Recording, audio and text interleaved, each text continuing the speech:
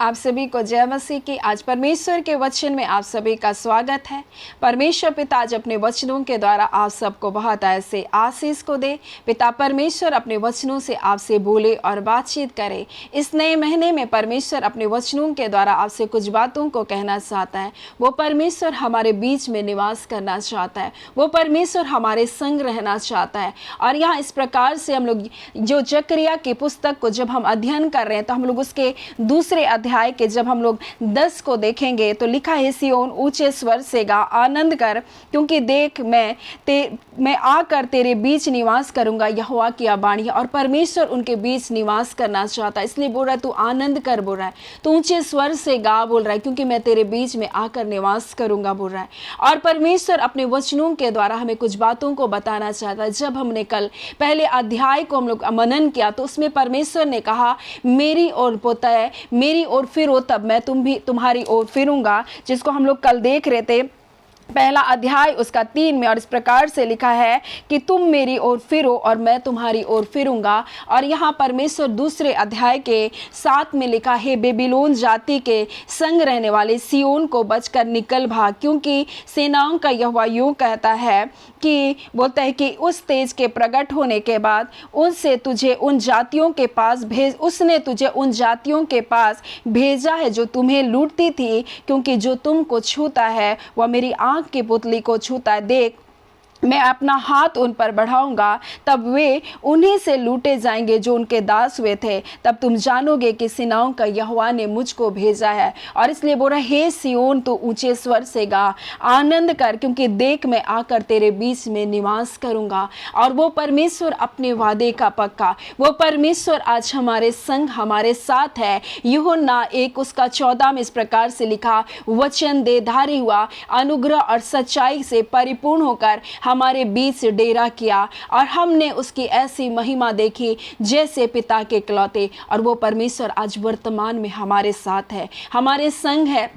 वो इमैनुअल बनकर हमारे संग है। और उसने कहा, मैं तुझे अनाथ नहीं छोड़ूंगा, मैं तुझको अकेला नहीं छोड़ूंगा। वो परमेश्वर अपनी प्रतिज्ञा को पूरा करने वाला परमेश्वर। और जब ये भविष्यवाणी जकरिया को दिया जा रहा था, उसको दर्शन के द्वारा परमेश्वर बातचीत कर रहा था। और जकरिया ने इस पुस्तक में 8 दर्शन को देखा। और प्रथम जो 5 दर्शन है, वो दर्शन उनके भविष्य के लिए, उत्तम भविष्य की आशा उनको संतावना देने के लिए, जो वर्तमान में आज हमारे जीवन में परमेश्वर ने पूरा किया। और अंतिम 3 दर्शन न्याय को दर्शाते हैं, जो आज हमारे जीवन के लिए वो क्या है, लागू हो रहा है। परमेश्वर का दर्शन, जो आशा, जो संतावना उन लोगों के लिए था, उन 50,000 यरूशलेम के निवासियों के लिए था, जो प्रथम चरण में बोलता है पुनः स्थापना के लिए जो निष्कासित होकर, निष्कासन से वो क्या किया, यहूदा को लौटे थे। और जकरिया की ये भविष्यवाणी उन सब लोगों के लिए था, और आज वर्तमान में ये हमारे लिए है। और परमेश्वर उनसे बातचीत कर रहा है,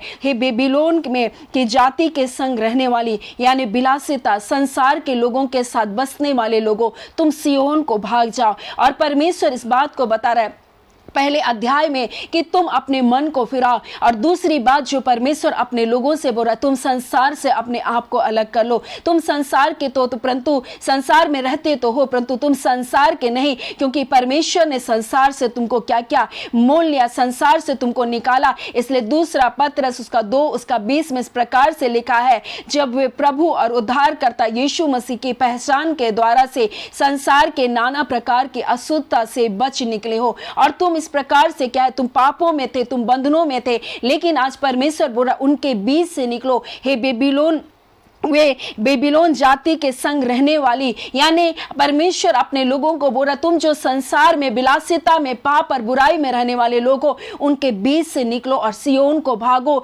यानी कि बोल रहा है तुम परमेश्वर के घर में जाओ, परमेश्वर के भवन में जाओ, परमेश्वर की संगति में जाओ। और परमेश्वर उनको संसार से, संसार के भोग विलास से उनको क्या कर रहा है, निकालना चाह रहा है। और बोल रहा है कि तुम क्या करो, बोलता है सिय्योन में जाओ, बोल रहा सिय्योन में भाग निकलो, बोल रहा है। और तब तुम पर यहोवा का क्या करेगा, तेज प्रकट होगा। और वे जातियां जो तुमको लूट रही थी अब तक, वो जातियां जो तुमको बंधुआई बना कर रख रही थी, आज तुम उनको क्या करोगे, लूटोगे। मैं तुमको उनके पास भेजूंगा और तुम उनको लूटोगे जो तुमको कल बंधन में बांध के रखा। आज परमेश्वर अपने लोगों से बोलना और बातचीत करना चाहता है। पहले अध्याय में, जकरिया के पहले अध्याय में परमेश्वर बोल रहा है तुम मेरी ओर फिरोगे तो मैं तुम्हारी ओर फिरूंगा। और दूसरे अध्याय में परमेश्वर बोल रहा है हे बेबीलोन जातियों के बीच में रहने वाली, वहां से निकल कर तू सियोन को भाग जा। और परमेश्वर उनसे कह रहा है तब मैं अपना तेज को तुम्हारे ऊपर प्रकट करूंगा, मैं तुम्हारे बीच में आकर के रहूंगा और तुझको वहां भेजूंगा जो तुझे लूटते थे, तुझे बंधुआई बनाती थी, तुझे गुलाम बनाती थी, तुझे दास बनाती थी, तो उनको क्या करेगा, लूटेगा। जो कल तक तुझे गुलाम बना कर रखा था, तो उन सब लोगों को जो तेरी हानि कर रहे थे, जो तुझे बीमारियों के बंधन में डाल रहे थे, जो तुझको गुलाम बनाकर शैतान के रख रहे थे, जो तुझे बिलासिता में फंसा कर रखे थे, तो ऐसे लोगों को क्या करेगा, लूटेगा। और परमेश्वर इस बात को बताना चाह रहा है उन जकरिया कि इन भविष्यवाणी के द्वारा उन यहूदा के लोगों, यरूशलेम के लोगों को जो बंधुआई से, जो पुनः स्थापना के लिए जो लौट करके आए थे, उनसे बातचीत करा। आज परमेश्वर अपने लोगों से बातचीत करा जो आज संसार की अभिलाषाओं में फंसे तो थे, लेकिन उसके पुत्र यीशु के कारण आज निकल गए। उन्होंने मन तो फिराया, परंतु आज वो भी ऐसे लोगों के बीच में, ऐसी संगतियों के बीच में है जो उनको क्या कर रहा है, उनके जीवन को क्या कर रहा है, नाश कर रहा है, उनको बंधनों में डाल कर रखा, उनको बुराइयों में फंसा करके रखा, उनको गुलाम बना कर रखा। वो निकलना चाह रहे लेकिन निकल नहीं पा रहे, क्योंकि पाप ने उनको जकड़ के रखा, वो बिलासिता ने उनको जकड़ कर रखा। लेकिन परमेश्वर कर रहा वहां से निकल करके तू ऐसे स्थान में जा, सियोन को जा। सियोन का अर्थ है परमेश्वर के घर में जा, परमेश्वर की संगति में जा। तब तू क्या करेगा, एक दिन तू ऐसी ताकतवर हो जाएगा कि तुझे जो लूट रहे थे, तुझे जो बंधुआई बना रहे थे, तो उनको लूटेगा। और तू शत्रु के ऊपर क्या करेगा, तू उस पर कब्जा करेगा। और परमेश्वर का वचन इस प्रकार से कहता है अगर जो बलवंत है, वो जो ताकतवर है, वो क्या करता है, वो लूटता है, परंतु उससे बढ़कर अगर कोई बलवंत आ जाता है तो वो उसको क्या करता है, उसको बांध देता है। यानी परमेश्वर आज बोलना चाहता है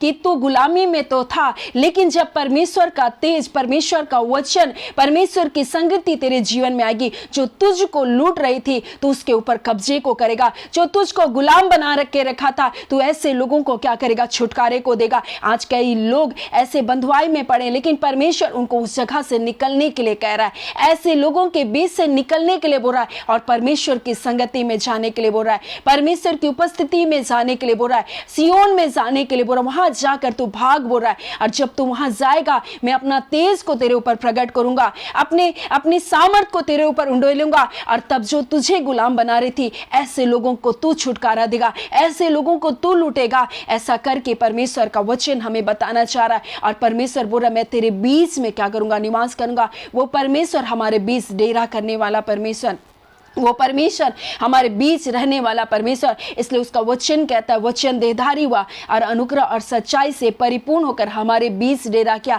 प्रकाशित वाक्य में लिखा, फिर मैंने सिंहासन में से किसी को ऊंचे शब्द से यह कहते सुना, देख परमेश्वर का डेरा मनुष्य के बीच में है, और वह उनके साथ डेरा करेगा, और वे उनके लोग होंगे, और परमेश्वर उनके साथ रहेगा, और वो उनका परमेश्वर होगा। और परमेश्वर यहाँ कुछ और बातों को बताना चाहता है। जब हम डेरा की बात सुनते हैं तो हम जान सकते हैं कि वो अस्थाई घर है।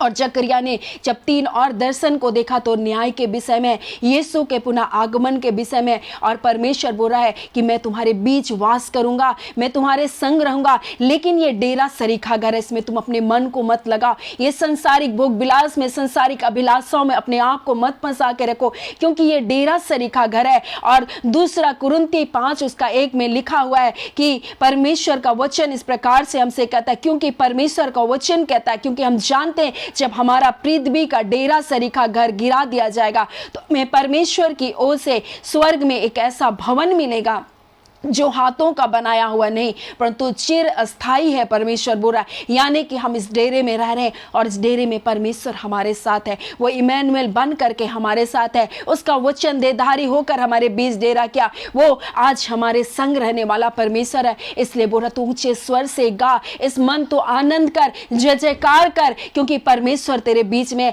और उन निष्कासित लोगों से जो यहूदा में लौट कर आए, परमेश्वर उनसे कह रहा है कि बोलते यहोवा की अब वाणी है, बोलता मैं आप उनके चारों ओर बोलता आग किसी शहर पर ना बनूंगा, और उनके बीच तेजे में होकर दिखाई दूंगा। परमेश्वर बोल रहा है कि जो लोग यरूशलेम में हैं केवल वही लोग सुरक्षित नहीं रहेंगे, परंतु यरूशलेम से बाहर भी लोग आकर के बस जाएंगे। और इसमें इस प्रकार से परमेश्वर का वचन कहता है, और तू जानेगी कि सेनाओं का यहोवा मुझे तेरे पास भेजा, और यहोवा यहूदा को पवित्र देश में अपना भाग कर लेगा और यरूशलेम को फिर अपना ठहराएगा। और लिखा अन्य जातियां भी, और लिखा 11 में, उस समय बहुत सी जातियां भी यहोवा से मिल जाएगी और मेरी प्रजा हो जाएगी, और मैं तेरे बीच में वास करूंगा। और जाति जाति के लोग धारा के समान परमेश्वर के पास आएंगे और वो परमेश्वर के कहलाएंगे। और परमेश्वर इसी बात को बोल रहा है कि जब वो दर्शन को देख रहा है, एक दूत आकर, एक मनुष्य आकर यरूशलेम को नाप रहा है, और जब वो नाप कर जाने लगता है तब एक दूत आता है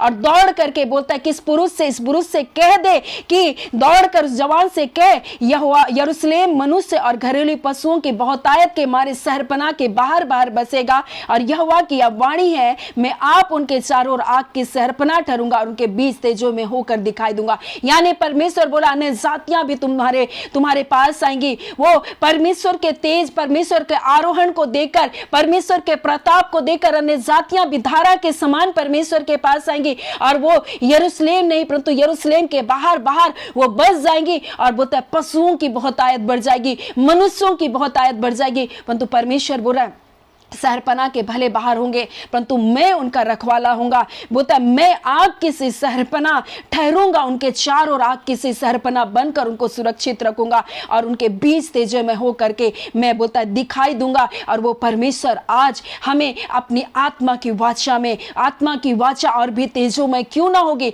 आज परमेश्वर अपने वचन के तेज से, अपने पवित्र आत्मा के तेज से हम सबको भरना चाहता है, और परमेश्वर हमारे संग रहना चाहता है। और इसलिए बोल तू आनंद कर, जय जयकार कर, निराश मत हो, जबकि तू बंधुआई से लौटी है, परमेश्वर तुझको बसाएगा, तुझको फलवंत करेगा और तेरी सीमाओं को बढ़ाएगा। वो परमेश्वर हमको आशीष देने के लिए बुलाया। परमेश्वर कह रहा है इसलिए तू बेबीलोन वाली जातियों के बीच में से निकल जा और सियोन को चले जा, ऐसी जगह में चले जा जहां परमेश्वर के लोगों की संगति है, परमेश्वर के भवन में चले जा, परमेश्वर के वचन की संगति में चले जा। तब मैं वहां तेज के, अपने तेज को तुझ पर क्या करूंगा, प्रकट करूंगा, और वहां से मैं तुझको ऐसे स्थान में भेजूंगा जो लोग तुझे लूट रहे थे, तुझे बंधुआई बना के रखे, तो उनको क्या करेगी, लूटेगी। और परमेश्वर आज इस मन अपने लोगों को यह बताना चाह रहा है कि तूने मन फिराया, परमेश्वर के पास लौट आया, अब ऐसे स्थान को आप छोड़े जो आपको गुलाम बनाकर रखा है, आप परमेश्वर की संगति में चल जाएं, तब परमेश्वर अपने तेज से आपको भरेगा,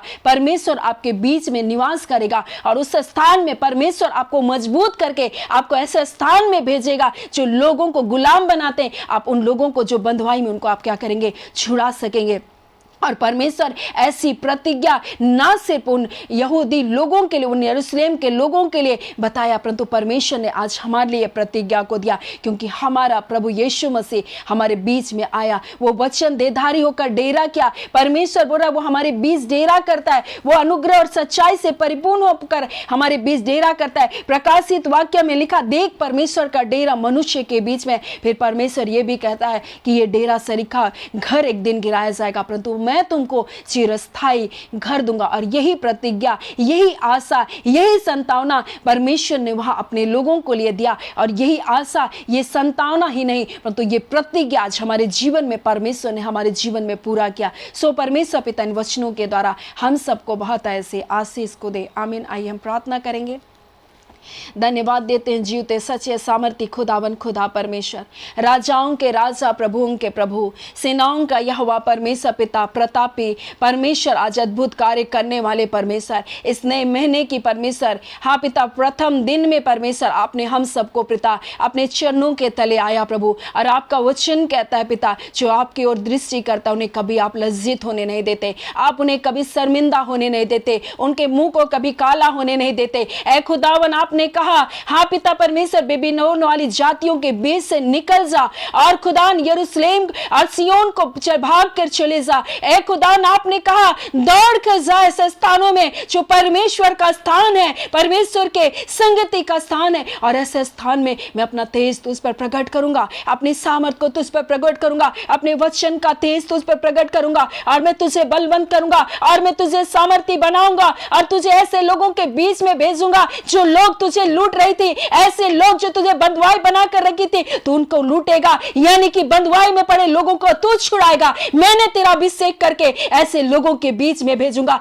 खुदावन परमेश्वर, ये प्रतिज्ञा आप अपने चुनिंदा बेटे बेटियों के लिए कर रहे हैं, जो तेरा डर और भय मान रहे, जो तेरी आज्ञाओं को मान रहे, तेरे वचन को सुनकर उसके आज्ञा का पालन करें। आप पिता उनसे बोल रहे, बातचीत करें। खुदावन परमेश्वर, नए मन पिता आप अपने लोगों के बीच निवास करेंगे और अपनी भलाइयों से तृप्त करेंगे। खुदावन जैसे पिता आपने उस समय प्रतिज्ञा किया, हाँ पिता, वो दूत ने कहा दौड़कर इस लड़के से कह दे कि यरूशलेम से बाहर बहुत सारे मनुष्य और पशुओं की बहुत आयत हो जाएगी। वैसे खुदान आप अपने लोगों को बढ़ोतरी की आशीष देंगे, जिनका परिवार प्रभु जी आज कम है प्रभु, हाँ पति पत्नी है परंतु बच्चे की आशीष नहीं, बच्चे की आशीष यीशु के नाम से आप दे रहे प्रभु जी। हाँ खुदावन परमेश्वर, जिन्हें परमेश्वर आर्थिक तंगियां है प्रभु जी, आर्थिक तंगियां दूर हो रही है यीशु के नाम से। आपने कहा पशुओं की बहुत आयत होगी, ऐ खुदा ने संपन्नता को दिखाता है प्रभु, आज संपन्नता की आशीष आएगी प्रभु। आप इस मन परमेश्वर संपन्नता की आशीष देंगे, नए मिता परिवार में पिता नई ब्लेसिंग को आप खोलेंगे प्रभु जी। हम आपका धन्यवाद देते हैं, आप अपने बच्चों के बीच में डेरा करेंगे, अपने तेजों में प्रकाश से अपने लोगों को भर देंगे।